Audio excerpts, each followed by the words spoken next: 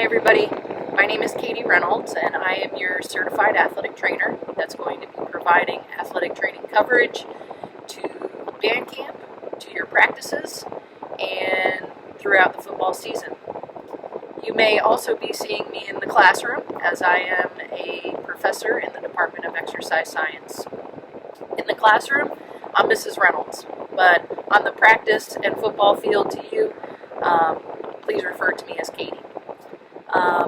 I will have the chance to speak with all of you a little bit further about my role and responsibilities in working with you all during our Zoom meetings this week. But today, Dr. Phillips asked me to provide you some insights and tips regarding hydration and nutrition, which are two very important topics going into band camp in order to keep you safe, healthy, feeling and performing your best. So the first thing, talking about dehydration. Dehydration actually occurs when you've lost 1 to 2% of your body weight via sweat. At that rate, our physiological functions in our body, things to keep us running and functioning normally, are compromised. At a 3% loss of body weight, those functions are disturbed, and an individual is then at an increased risk of developing an exertional heat illness. Exertional heat illnesses range from anything from a heat rash to heat cramps, your calf, low back, abdomen cramping, even to more severe things such as heat syncope, which is fainting, heat exhaustion, and the most severe form being heat stroke. These things can be highly preventable. However, there are some risk factors for developing a heat-related illness, okay? And this picture right here details all of them, which I'll talk about, all right? Some of them are pretty obvious. High temperature and humidity, which we will face during band camp. Direct sun exposure, limited air movement,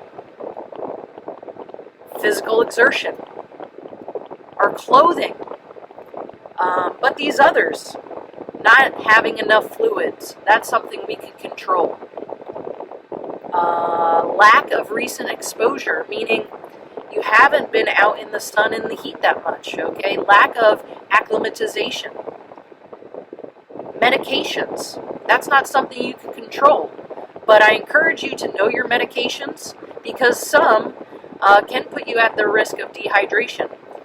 For example, diuretics, which are known as water pills, laxatives, even some medications for the treatment of ADHD, Ritalin, Adderall, those can be dehydrating and therefore put you at an increased risk of developing a heat illness.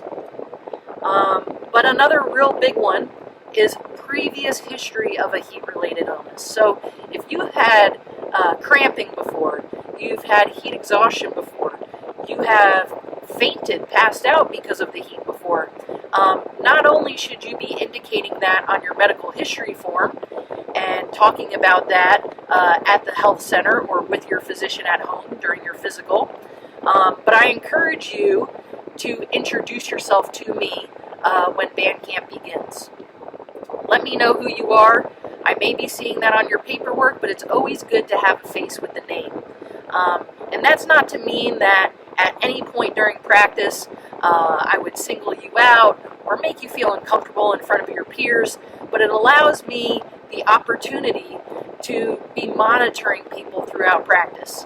And when they start developing or you start developing signs, symptoms of a heat-related illness, I can act quickly to make sure that doesn't progress into something more severe. Physical condition and health problems, that's also something you can and can't control, okay? But your overall condition, your fitness, your acclimatization with the heat, how much you've been outdoors, and how much fluids you intake during the day are all things that you can control. So that lends us into the topic of how much water should we be drinking and when. So I encourage you, first and foremost, to begin all sessions well hydrated. Okay? We need to be drinking about 17 to 20 ounces of water or a sports drink 2 to 3 hours prior to our practice session in the morning. Okay? So that's waking up early. That's consuming at least a full bottle of water about 2 to 3 hours prior. Me personally, I'm also a coffee drinker, but I aim to get my water in me in the morning the first thing, before my coffee, before I eat anything. Okay, you figured you just went 7, 8, how many hours without consuming any fluids. Your body is dehydrated and your cells need water. Then, about every 10 to 20 minutes, you want to be drinking about 7 to 10 ounces. That's like a standard water bottle. About half of a bottle like this. Okay? That's every 10 to 20 minutes. And then, additionally, that 10 to 20 minutes before practice, we want to consume another 7 to 10 ounces. Okay? So we're drinking a full bottle of water about 2 to 3 hours prior to practice, about a half a bottle 20 minutes before, and then we drink about a half a bottle every 20 minutes during our breaks. Okay? That will supplement you enough. Now, for most of us, water is enough. We don't need to be drinking sports drinks, okay, because they also tend to be high in sugar. However, if you're taking any medications that may be dehydrating, if you've had a history of heat-related illness, cramping, fainting, heat exhaustion, I hope not heat stroke, but if you've had any of those things, supplementing your water with some sports drink, bringing that with you to practice, that's also a wise decision as well. Next, I want us all to understand the early signs and symptoms of a heat illness, what we may begin to feel if we're dehydrated and therefore may be experiencing a heat illness. Early on, you may experience thirst. You're thirsty.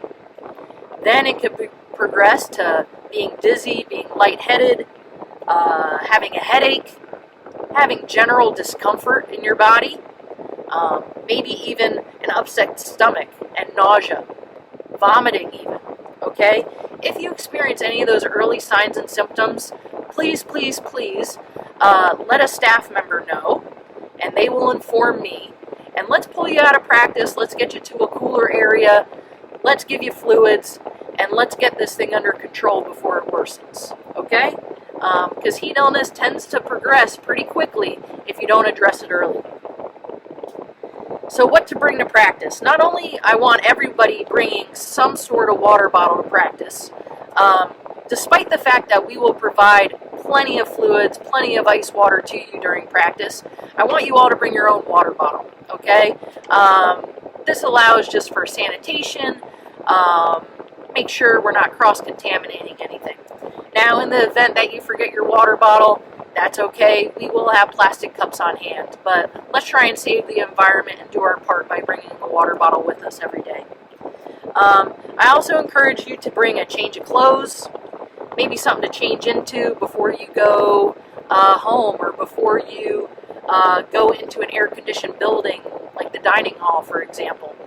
Get out of those sweaty clothes, get into something dry, and you'll feel a lot better, believe me. Socks, clean socks to put on, dry socks, even sandals to just kind of get out of your shoes, let your body cool down. That can help also. Sunscreen, that's a big thing. Apply sunscreen about 30 minutes, at minimum about 30 minutes before practice time in the morning, okay? Let that sunscreen soak into your skin. I prefer cream or lotion instead of a spray. I just had some bad run-ins with spray, missing spots. So at least 30 minutes, even up to an hour before practice, get on your sunscreen, okay? Let that sunscreen have a chance to absorb into your skin and therefore provide you the best protection possible. During lunchtime, break time, you need to reapply it for the evening session, okay? Even though it's getting towards nighttime, the sun's still out, We could be on the turf, there's a lot of sun reflection, and you're still going to have a lot of exposure. Lastly, another thing to do at night to kind of test how hydrated you were throughout the day, and maybe even to change your game plan for the next day, is to use a urine color chart. And I'm going to show you what that is. This urine color chart says, am I hydrated? And in typical sports venues, such as locker rooms, bathrooms, we typically have these things posted, okay, for athletes to be able to kind of check themselves. What you want to shoot for is the last time you use the bathroom before you go to bed at night. You want to kind of match up your urine color to this scale. And even though you may not have this on hand, what you want to aim for is the color of about lemonade or lighter. Lemonade or lighter. If we're below this kind of line and we get to that kind of dark yellow, orangey, even brownish, we are dehydrated, okay? Not only do we need to consume fluids before going to bed that night, but we need to change our game plan up the next morning and throughout the day. We got to get ahead because we'll be starting the next day dehydrated, okay? So really important. Check your urine color at night, kind of assess where you are, make changes, okay? Being hydrated is so important for our bodies. We're composed of 60% water. We need water. And again, you may benefit from adding a sports drink in there too. It's really individual as far as that goes, but know your body and know what you need, okay? Next up, talking about nutrition, switching topics here. Our nutrition, our diet, what we're eating can make a profound effect on how we feel when we're practicing, and when we're practicing outdoors in the heat. Okay, so with that full bottle of water you drink in the morning, again about 2 to 3 hours prior to the start of practice, that's when you should be getting your first meal in, about 2 hours before. That should be your breakfast. Your breakfast should be composed of quality carbohydrates. Quality meaning coming from a whole source, whether that be whole wheat toast, whole grain cereal, whole grain oatmeal. All right, those sort of sources. Those whole grain sources will give you a little more timed release energy. All right, your body breaks down whole sources, whole grains, slower than it does the processed white bread, tortillas, corn tortillas, white rice, all of those kind of things. Breaks it down slower, okay? In your breakfast, you could also incorporate lean protein, eggs, maybe stay away from the highly greasy, fatty breakfast meats, you know, the bacon and the sausage, at least on these practice days in the morning when you know that you're going to be outdoors all day. I would maybe shy away from that. Also, heart healthy fats include maybe some milk or some almond milk, a yogurt, things of that nature, and of course our fluids should be incorporated in our breakfast too. If by chance you're waking up late, maybe only have 5 to 10 minutes to hustle over to practice in the morning, at the very minimum, eat at least a piece of fruit before coming, okay? That piece of fruit can be an apple or banana, something like that, to give you a little bit of energy and that you're not out in the heat exerting yourself on an empty stomach, okay?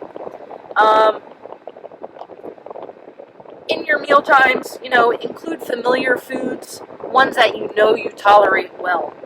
Avoid greasy foods, fried foods, spicy foods, whether that be at breakfast or at lunch, okay? Just avoid those things. Those things tend to sit heavy in our stomachs, and therefore can cause upset stomachs, GI symptoms, when we start exerting ourselves and getting back out there in the afternoons. During activity, you may feel you need a snack, and that's okay. I would encourage you to bring with you a granola bar, maybe some raisins, some nuts, or a piece of fruit, all right, just to get you through that practice. After activity. After activity, you want to replace your lost fluids, okay? You really want to rehydrate after activity within about a 2-hour time frame. Very important, okay? And you want to have a meal, okay? So after practice, after you settle down a little bit, you change clothes, you drink some water, and you go to the dining hall, out for lunch, back to your dorm, home, apartment, wherever. Make sure you're having a meal using these guidelines, okay? And these guidelines here are called My Plate, okay? We should strive to have all of our plates looking like this, meaning half of our plate is filled with fruits and vegetables. The other half is divided not exactly 50-50, maybe 60-40 with grains and protein. Up here shows our fluids. It shows, for example, dairy. For some of us that are maybe lactose intolerant, supplement this with water, with clear juice, with something that's not very sugary, no sweet teas, no fruit punches, definitely not soda. Try to avoid those things if possible, at least throughout the day. If you gotta have it, let it be later in the day, maybe for your dinner, okay? But other tips on here real quick, make at least half of your grains whole grains throughout the day. Go lean with your protein. Vary your veggies. Focus on fruit. And lastly, find a balance between your food and physical activity, okay? Listen to your body. Know what it can tolerate. But my last piece of advice to all of you, if you haven't been outdoors much this summer or much since this quarantine period started, I encourage you to get out there now. Even for 15, 20, 30-minute doses in the afternoon, you got to start getting acclimated to the sun and to the heat. Because for those that don't, it's going to be a big change come band camp. And we want everybody to be safe, feel good, be healthy, and be successful. So I hope you learned a little bit from this video, and I look forward to introducing myself and talking a little bit more during our meetings and eventually seeing you in person in August. But for now, take care, and I'll see you soon. Go Camels.